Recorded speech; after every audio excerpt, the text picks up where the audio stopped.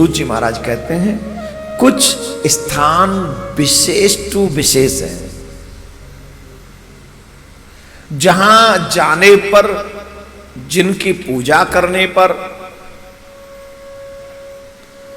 जिनका सानिध्य प्राप्त करने पर, अर्चन वंदन करने पर मनुष्य को मनवांछित फलों की प्राप्ति होती है।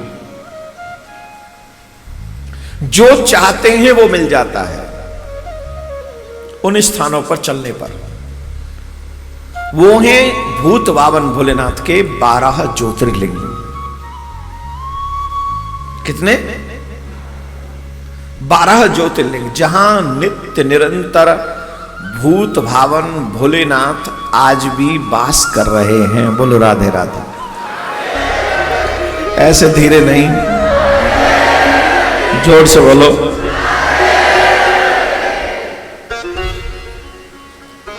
पहले ज्योतिर्लिंग सोमनाथ महादेव। कौन से? बोले सोमनाथ महादेव की जय। नमः पार्वती पतये हर हर महादेव, हर हर महादेव, हर हर महादेव।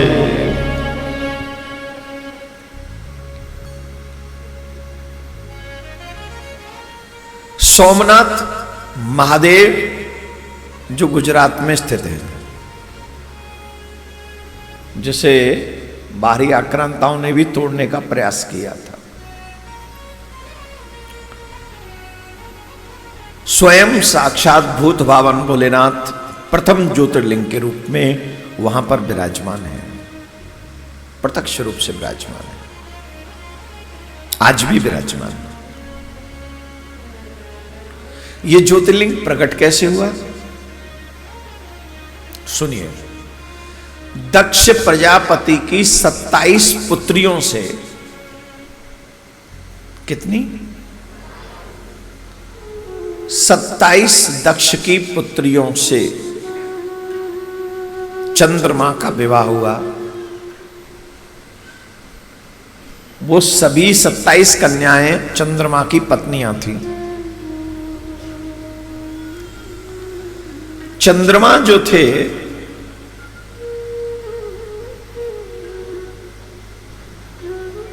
सबको रखते तो थे पत्नियों की तरह, पर उनका जो अधिक स्नेह होता था वो रोहिणी से होता था।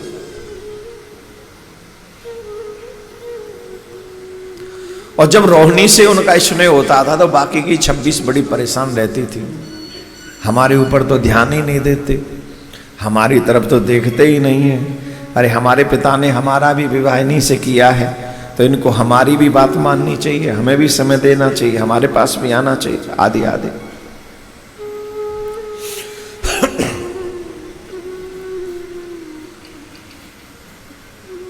बहुत सब बातें होने पर भी जब वो नहीं आए तो उन 26 कन्याओं ने अपने पिता को ये बात बताई। अपने पिता से कहा कि आपने हमारा विवाह इनसे करवाया है, पर ये हमें अपनी पत्नी की तरह स्नेह नहीं करते। इनका स्नेह तो मात्र रोहिणी के लिए ही है, तो हमारे लिए तो ये कष्ट है। तो दक्ष प्रजापति समझदार ससुर की तरह है, चंद्रमा को समझाने के लिए गए और कहा, हे चंद्रदेव, आप उत्तम कुल में आपका जन्म हुआ है और उत्तम कुल में जन्म लेने के कारण ही हमने अपनी 27 कन्याओं का विवाह आपसे किया है। तो आपको चाहिए आप यथावत सभी को समान रूप से प्रेम करें। जितनी बेटियां बैठी हैं ध्यान से सुनो।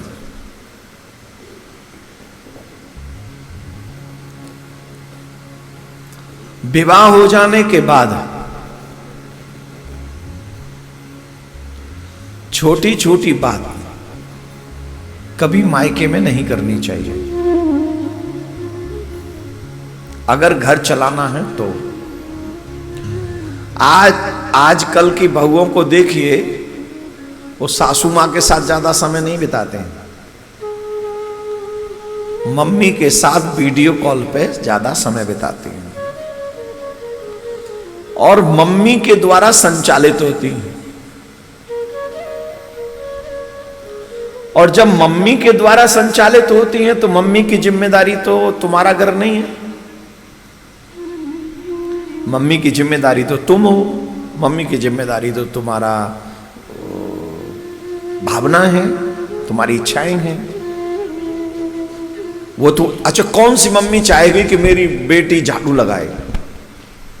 सही बताओ, कौन सी मम्मी चाहेगी कि मेरी बेटी अपनी सासू की खूब से चरण दबाए, माथा दबाए और दवाई समय पे दे दे, खुद ही वहां जाके झाड़ू पोंछा करे? कौन सी माँ चाहेगी? माँ तो ये चाहेगी मेरी बेटी आराम से पलंग पे लेटी रहे और स्वयं सासू माँ हाथ में झाड़ू लेके उसका कमरा साफ करे। ये प्रत्येक मम्मी की भावना अपनी बेटी के लिए ये रहेगी। लेकिन फिर भी अगर ये संभव नहीं है तो फिर वो माता जी क्या सोचेंगी कि मेरी बेटी के इतने नौकर चाकर हों, मेरी बेटी को कुछ ना करना पड़े। अच्छा, इतने नौकर चाकर है नहीं तो मम्मी तो तुम्हें उसी हिसाब की सलाह देगी। यहां अपने विवेक का इस्तेमाल कीजिए। आप ये सोचिए कि after marriage what is your responsibility for your house? क्या जिम्मेदारी आपकी? जितने कार्य आप करना जानती हैं वो अपने हाथों से समय से पहले आप करें। और छोटी छोटी बात के नमक ज़्यादा डल गया, कि सासू ने मुझे डांट दिया, कि ससुर ने मुझे कह दिया 3 बार चाय पीता, इस बुढ़े को चाय पिलाती रहूंगी तो मेरा जीवन तो चायदान को ही साफ करने में निकल जाएगा। ये छोटी छोटी बातें, आप जब ये छोटी छोटी बातें करेंगी तो आप घर नहीं संभाल सकेंगी।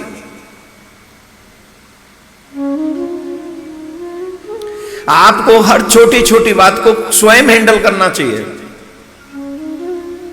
और अच्छे ढंग से विनम्रता से हैंडल करना चाहिए। हाँ, कोई घर में बड़ी बात हो जाए जो असहनीय है, जो बर्दाश्त नहीं हो रही है, तब अपने घर वालों की सहायता अवश्य लेनी चाहिए। आज के युग में संभव है शराबी पति मिल जाए, वो वैसा उल्टा सीधा मिल जाए, तो फिर घर वालों की सलाह अवश्य लेनी चाहिए। लेकिन हर शादी होने वाली बच्ची से निवेदन यही है कि छोटी छोटी बातों में ज्यादा टेलीफोन, कम से कम मम्मी को तो मत करो। अगर आपको कोई प्रॉब्लम है, कोई संकट है, तो पहला कॉल आपका पापा को जाना चाहिए। अपने पापा को कॉल करो। धीरे बजाओ क्योंकि सब मम्मी तो बैठी है ना।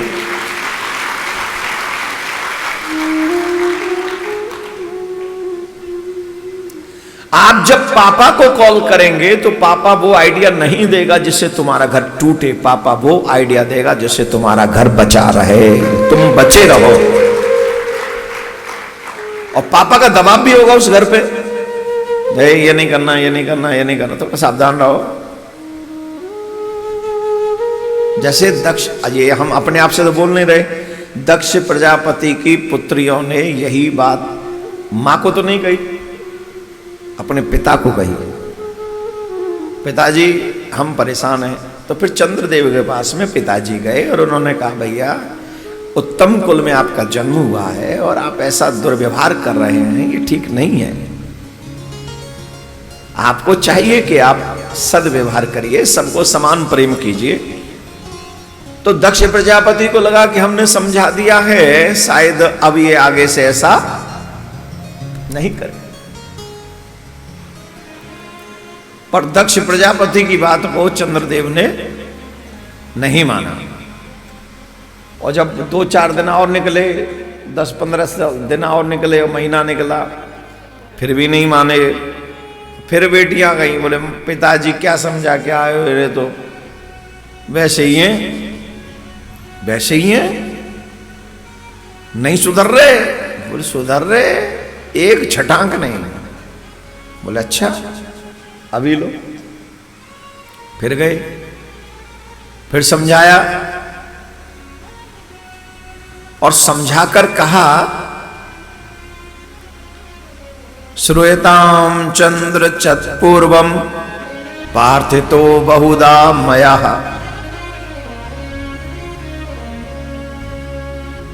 मैंने तुम्हें पूर्व में समझाया था, प्रार्थना की थी, और तुम्हें मेरी बात समझ में नहीं आई। तुम मेरी बात नहीं मानते हो, अपने बड़ों की बात न मानकर अपमान करते हो, अधर्मी बनते हो, मनमानी करते हो। मैं तुम्हें शाप देता हूं, तुम्हें क्षय रोग हो जाए, तुम्हें क्षय रोग हो जाएगा। उसी समय से चंद्रदेव को क्षय रोग हो गया और वो क्षय होने लगे, मतलब धीरे धीरे कम होने लगे, क्षय होने लगे। अब तो जब चंद्रमा क्षय होने लगे तो महाराज पृथ्वी पे हाहाकार मच गया, भूमंडल पे हाहाकार हो गया। कह रहे ऐसे कैसे सृष्टि चलेगी, ऐसे कैसे काम होगा। तो देवताओं ने मिलकर ब्रह्मा जी से कहा, ब्रह्मा जी ने कहा तुम इस रोग से मुक्त होना चाहते हो तो तुम्हें महादेव की अर्चन वंदन पूजन करना चाहिए, महादेव की पूजा करो। ब्रह्मा जी के कहने पर उसी प्रवास क्षेत्र में, गुजरात आजकल जैसे गुजरात कहते हैं, पहले उसे प्रवास क्षेत्र कहते थे, उसी प्रवास क्षेत्र में चंद्रमा ने भूत भावन भोलेनाथ की आराधना करना प्रारंभ किया और वहां नित्य प्रति ही शिव की आराधना पार्थिव शिवलिंग बनाकर करने लगे, जो आप कर रहे थे पिछले 9 दिन से। कौन से लिंग बनाते थे, जोर से बोलो। आपने क्या किया,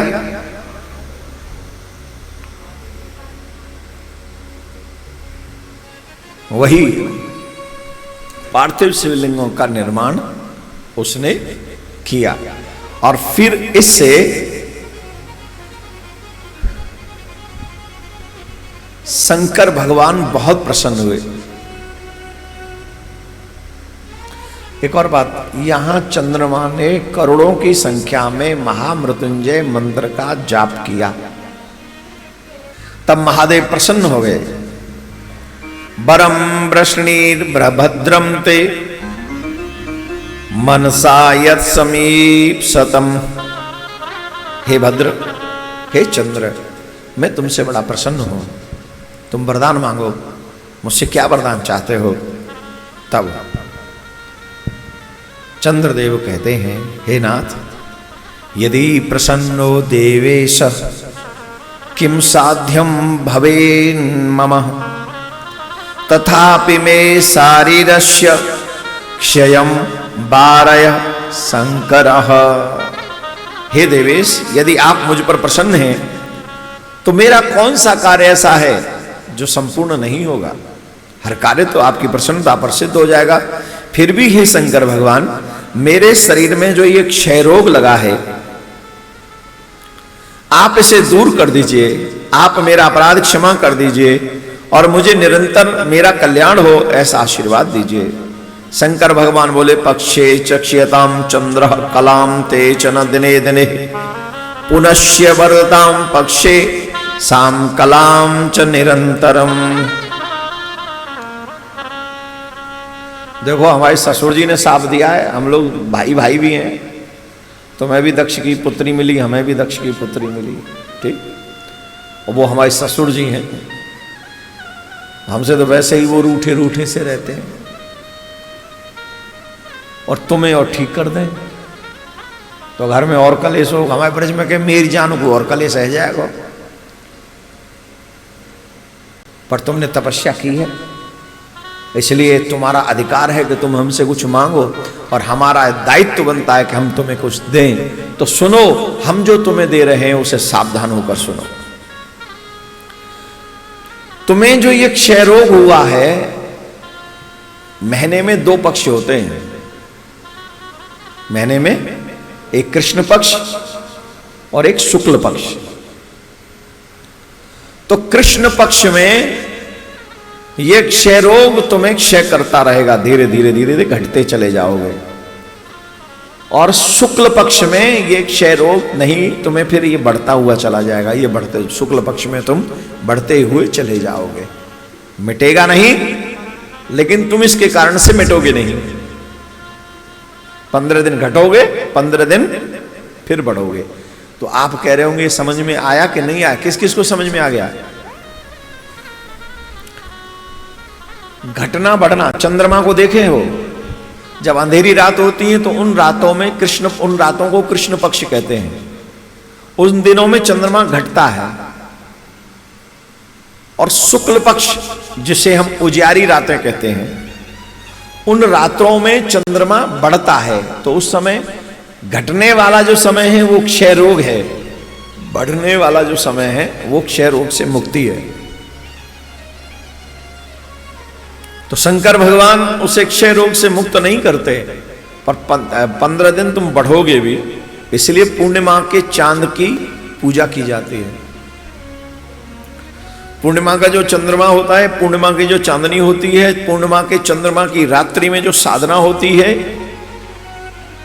वो साधन को संपन्न करने वाली होती है, साधना को संपन्न करने वाली होती है। इसलिए पूर्णिमा की रात्रि को मनुष्य को चाहिए मन लगाकर भगवत आराधना करे, भजन करे।